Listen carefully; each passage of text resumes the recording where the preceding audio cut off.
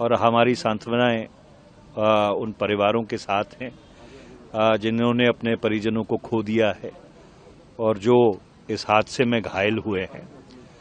पर बुनियादी बात ये भी है कि इसमें भारतीय रेल के जो मंत्री हैं उनकी जवाबदेही बनती है।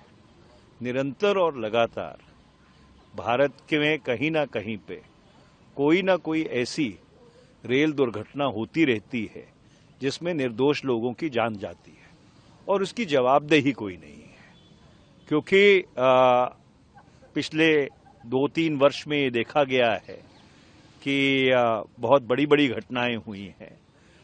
एक जगह पे तो 3 ट्रेन रेलगाड़ियां एक दूसरे के ऊपर चढ़ गई थी, पर उसकी कोई जवाबदेही तय नहीं हुई है। तो ये जवाबदेही तय करना बहुत ज़रूरी है। इस देश में एक समय ऐसा था कि अगर कोई ऐसी रेल दुर्घटना होती थी तो रेल मंत्री अपना इस्तीफा देते थे। मुझे वो दिन भी याद है जब एक वायुयान की दुर्घटना हुई थी और उस समय कांग्रेस की सरकार थी। श्री माधवराव सिंधिया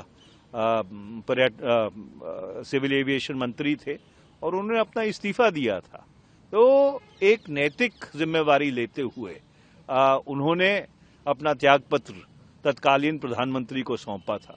वो जो एक जवाबदेही का कल्चर है वो बिल्कुल ही एनडीए भाजपा सरकार में खत्म हो गया है। सर, इंसिडेंट के ठीक बाद ट्वीट्स आते हैं कि 4 स्पेशल ट्रेनें लगा दी गई हैं, कंपनसेशन की बात की गई, तो कहीं ना कहीं डाइल्यूट करने की कोशिश की जा रही है, अपनी रिस्पांसिबिलिटी बचने की कोशिश की जा रही है कि आफ्टर इंसिडेंट स्पेशल ट्रेनें चलाई जा रही है, पहले क्यों नहीं कंसिडर? देखिए, ऐसा है कि ये जो मुआवजे की बात है,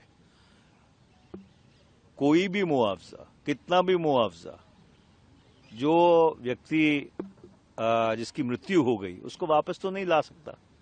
उनके जो परिवार हैं वो तो पूरी तरह से बिखर जाते हैं और ये मुआवजा सरकार इसलिए देती है कि लोग अपने जो उनके परिवारजन हैं वो अपना गुजर बसर कर सके।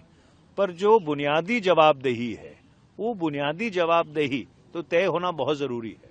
मैनेजमेंट रेलवे की तरफ से भी है, कहीं प्रॉपर मैनेज नहीं था, जिस तरह से मैनेजमेंट की भी कहीं ना कहीं। देखिए, रेल मंत्री को नैतिक जिम्मेवारी लेते हुए इस्तीफा देना चाहिए और जो इसके लिए जिम्मेवार हैं उनकी जवाबदेही तय करनी चाहिए।